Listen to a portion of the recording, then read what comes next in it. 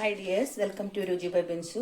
ഇന്ന് നമുക്ക് ടർണിംബ്, മുള്ളങ്കി എന്നൊക്കെ പറയത്തില്ലേ, അത് മൂലി എന്ന് പറയും ഹിന്ദിയിൽ. മൂലി പൊറോട്ട എങ്ങനെ ഉണ്ടാക്കുന്നതെന്ന് നോക്കാം. ഇതൊരു നോർത്ത് ഡിഷാണ്.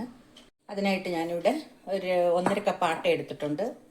അതിൽ നമുക്ക് ഉപ്പിട്ട് ഇതൊന്ന് നമ്മൾ ചപ്പാത്തിയുടെ രീതിയിൽ കുഴച്ച് വെക്കാം. അപ്പോൾ ആട്ടയെല്ലാം കുഴച്ച് വെച്ചിട്ടുണ്ട്. ഇനി നമുക്ക് മൂലി റെഡിയാക്കി എടുക്കാം. പാൻ ചൂടായിട്ടുണ്ട്. നമുക്ക് ആവശ്യത്തിനുള്ള എണ്ണ ഒഴിച്ചു കൊടുക്കാം. എണ്ണ ചൂടായി, നമുക്ക് അല്പം കടുക് ഇട്ട് കൊടുക്കാം. കടുകെല്ലാം പൊട്ടി നമുക്ക് ഇതിന് ചോപ്പ് ചെയ്ത് വെച്ച സവാളയെല്ലാം ഇട്ട് കൊടുക്കാം. നമ്മുടെ സവാള വെളുപ്പവും വഴന്നു വരാനും മസാലയ്ക്ക് വേണ്ടുന്ന ഉപ്പും കൂടെ ഇട്ട് കൊടുക്കാം. സവാളയെല്ലാം വഴന്നിട്ടുണ്ട്. അപ്പോൾ നമുക്ക് ഈ നമ്മുടെ മൂലി ഇട്ട് കൊടുക്കാം. അല്പം മഞ്ഞൾപ്പൊടിയും കൂടെ ഇട്ട് കൊടുക്കാം. ഈ മൂലി നമ്മൾ ഇടുമ്പോൾ ഇതിൻ്റെ നീരൊന്ന് പിഴിഞ്ഞ് കളയണം. നല്ലതായി ചോപ്പ് ചെയ്ത്, ചെറിയതായിട്ട് ചോപ്പ് ചെയ്ത് ഇതിൻ്റെ നീരൊന്ന് പിഴിഞ്ഞ് കളയണം. അപ്പോൾ മാത്രമേ നമുക്ക് നല്ലതായിട്ട് മുരിച്ചെടുക്കാനും നല്ല ടേസ്റ്റും ഉണ്ടാകത്തുള്ളൂ.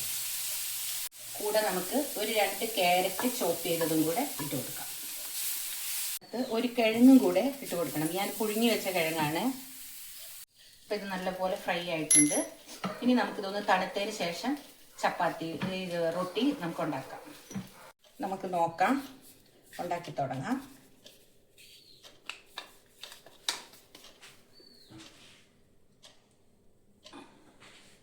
ഇത്രയും ഒരു ഉരുള നമ്മൾ ഇതിനകത്തോട്ട് എടുക്കുകയാണ്.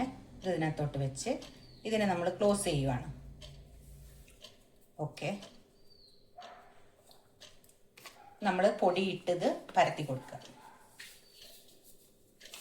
ഇത്രയേ ഉള്ളൂ കാര്യം. ഇനി നമ്മളിത് നല്ലതായിട്ട് ഫ്രൈ ചെയ്തെടുക്കാം. നമുക്ക് ഇട്ട് കൊടുക്കാം.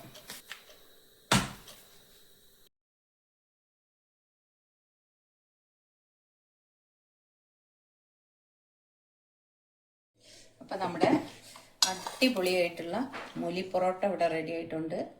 നല്ല സൂപ്പർ ടേസ്റ്റ് ആയത് കഴിക്കാനായിട്ട്. നോക്കിക്കേ, ഇതിനകത്ത് നല്ല സൂപ്പറായിട്ടിരിക്കുക. അത് നമ്മൾ കഴിക്കുന്നത് തൈര് കൂട്ടിയാണ് കഴിക്കുന്നത്. ഞങ്ങൾക്കിവിടെ തൈരാണ് ഇഷ്ടം. ഇത് തക്കാളി ചട്നിയുടെ കൂടെയും കഴിക്കാം.